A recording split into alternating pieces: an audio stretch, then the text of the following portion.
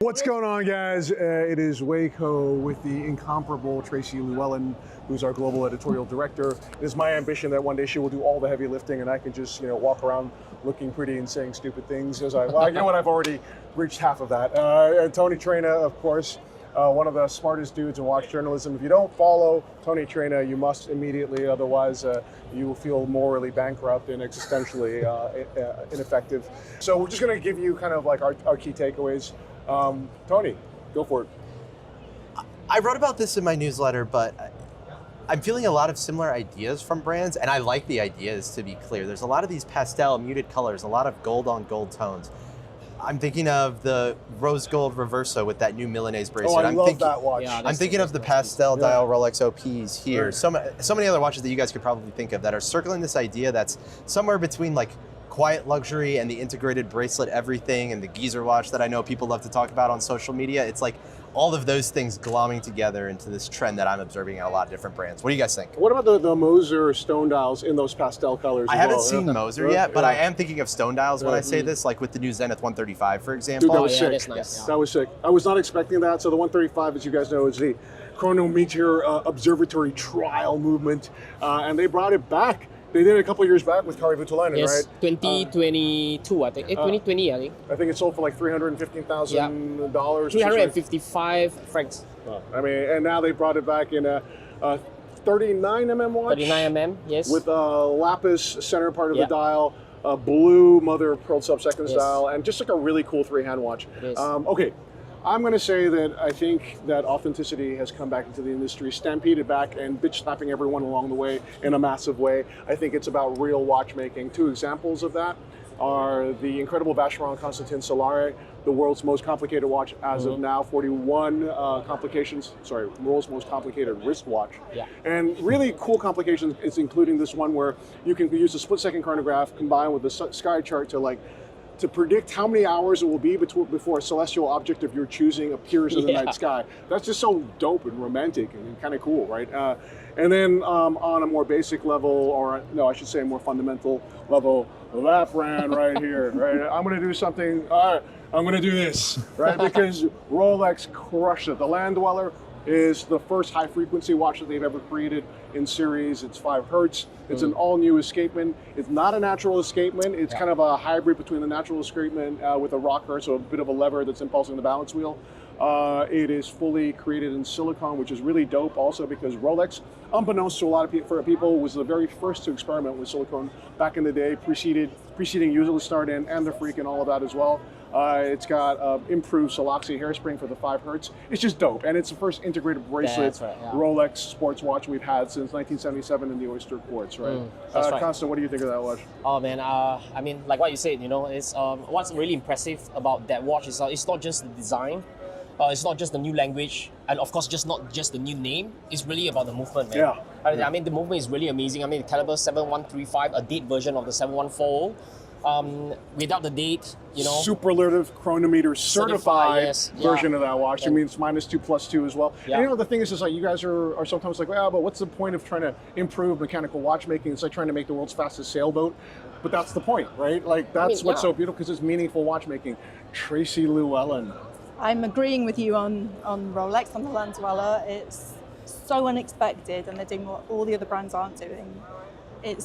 We expect certain things from Rolex and they've just thrown a curveball in. And it's amazing. And it's brought all their history in, all the little bits that we can see from the past. This new movement is fabulous. But also I have to say my brand of the show so far, I haven't seen everyone yet, is Chopard. Oh, amazing! Wow. Nice. They have the stone dials, like you were saying, in the Le de Diamant with that fabulous tiny movement that they launched last year. The high frequency piece is incredible. That was really cool. That piece. So that's the Alpine Eagle with the high frequency movement, right? Yeah, that's right. Yeah. The school watch that they've developed. Yes. Incredible. It's very cool. I'm a big LUC fan, so bringing back the Quattro for the 40th anniversary with that beautiful grain dial. That was dope. 9-day power reserve. That was dope. new case design as well. It's 39 millimeters, but it's this new, I think they call it a bassine case design that's really ergonomic on the wrist. Great addition to the LUC collection. I'm a big 1860 fan, but the Quattro is kind of like the supercar version of that almost. It's Dude, great. totally That's agree. right. And I got one watch which I have to shout out, which no one has any pictures of, but Tony went to go take a look at. I went to go take a look at. I know he's seen it as well. Maybe Tracey's seen it as well.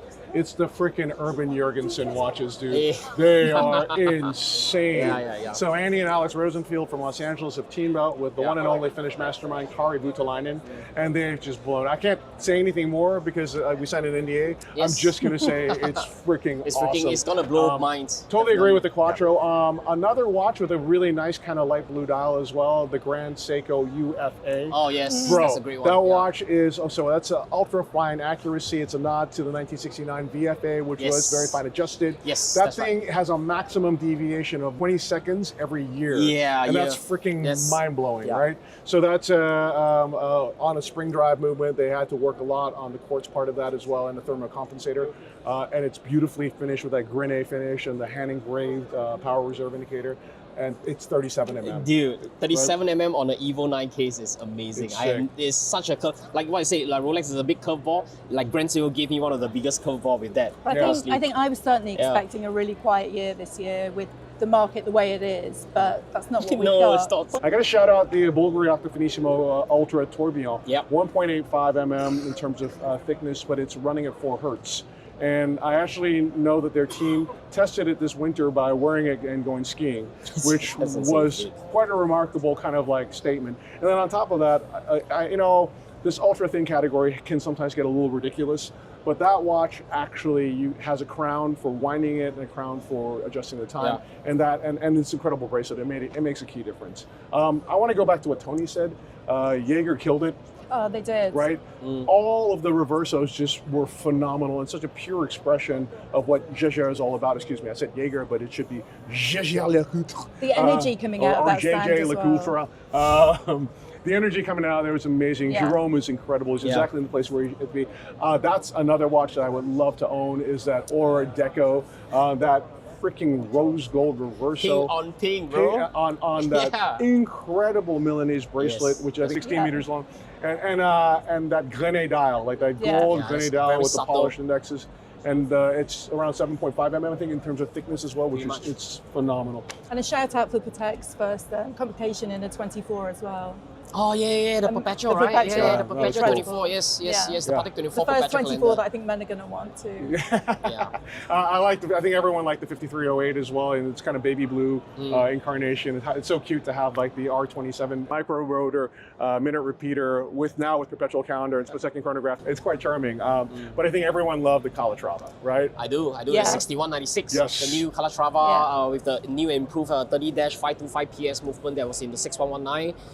Oh, that color itself, that color combination is great. I didn't expect it at all, to be honest. I fell in love with a jewelry watch. It's called the Panther Pelage. From Gatti, Have you guys seen that watch? Yeah. It's called, I guess it means fur, and it's got like multicolored spezatites and diamonds, and it looks like it's zebra skin and like furry, and it's absolutely amazing. Yeah. So again, Cartier is killing it. I mean, obviously the Guichet was really dope.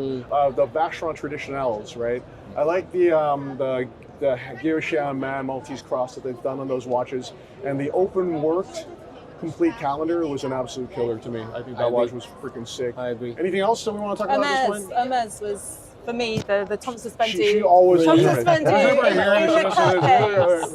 But Is it the horse tongue watch for you that No, really sticks out? it's the Tom Suspendu in the cut, Yep. I cut case.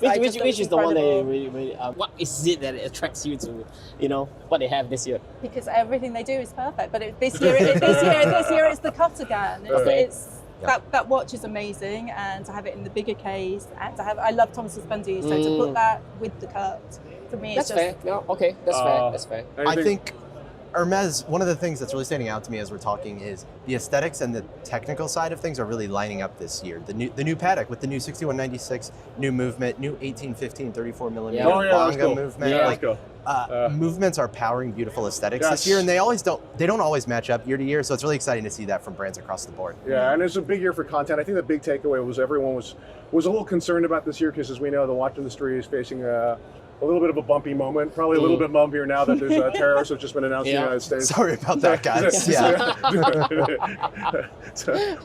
Whoa. Whoa, too soon. But nonetheless, I have to say the watch brands responded with incredible creativity. So big shout out to everyone that showed up here at Watches and Wonders and exhibiting beyond the halls. I as have well. one more quick shout out for you, listener Dan, with that Oh, ultralight yes. dive watch. Yep.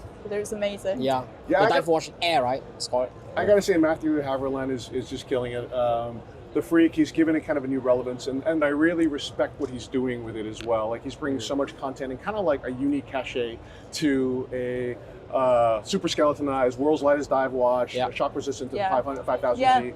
And I like the fact that he had a little punching bag outside that you could strap the watch on and punch as well. So In fact, materials all round, Hublot as well. You've got to. Oh, yeah. Yeah. Hublot's did well this year as well. any last concluding remarks? How about we end it with, I'm going to pressure all of you to have your top 3 watches. Top 3 watches? Top 3 watches from the fair. I've got. Go ahead, Wei. Well, I mean, I've already asked for a Land Dweller in 36. I've already asked for a Grand Seiko UFA, yes, And 37. then I guess the last watch. I like that open work Vacheron, I have to say. That Okay. open work traditional Vacheron complete calendar is pretty sick. Okay. How about you, Tracy? JLC on Milanese. Okay. Definitely. Ping on ping. All right. Only 3. You know what? I'm going to Yes. go back and I'm going to switch that out and go with the JLC and the Milanese already. Tracy, as always, is always right. I'm going to go with Tracy. Okay. I think I'm going to go with Land Dweller because, like you, I've already asked for one. Okay. Which one did you ask for? And Steel, What size? small, 36. Awesome. And the Jade the Dimon, but I'm changing the strap. I'm putting a lime green strap on it. That's amazing. Tony? Longa 1815 and 34 millimeters. I would do the Oyster Perpetual Pistachio 36 millimeter, and then we would have matching JLCs at this point. Nice. So Yeah. all 3 of us have Oh, JLCs. JLC. Oh, Sorry, no, I'm not. stop. Can I have the Chanel blur as well? Actually, as she was saying that, the Chanel J12 blue Yeah. X-ray. Have you seen that freaking Yeah. watch? I've seen the X-ray, Yeah, but I want the one with the my God! sapphires and With the the blue bracelet. sapphire sapphires in the Yeah. bezel, and then blue Yeah. sapphire case. It's a jewelry nuts. watch It's nuts. It's at nuts. this point now. All right, You know, all right. it's crazy. Constant, So special shout out. End it up. Sure, Tracy, I'll give you a 4th pick for the Chanel Thank J12 you. blur. Thank yourself? you. I'll Okay, share it with Wei. I'm sorry, I'm gonna break the streak Jaeger? of the ping on ping. I'm not gonna choose that. For me, I think the first Land Dweller is definitely something that I would choose. I guess the second pick is I really love the Lange & Zone new mini repeater perpetual calendar. Black on black, but the thing is the moon face is made in white gold and they have hand engraved stars. Nice. Oh man, what's my final pick? That's a hard one. You know what? Hublot Unico in the mint green. In the mint green? Yes, nice my one, mate. dude. I love Yeah. that. And I like therein it. we conclude our Yes. adventure at Watches and Wonders. Thank you for tuning in. If you like our content, please don't forget to like, subscribe, and comment below. And next year, Constant will be only in suits, Yes. 3-piece suits. I promise that I'll be Out, back in suits. Pocket square, Yes. cufflinks, everything. Peace, guys.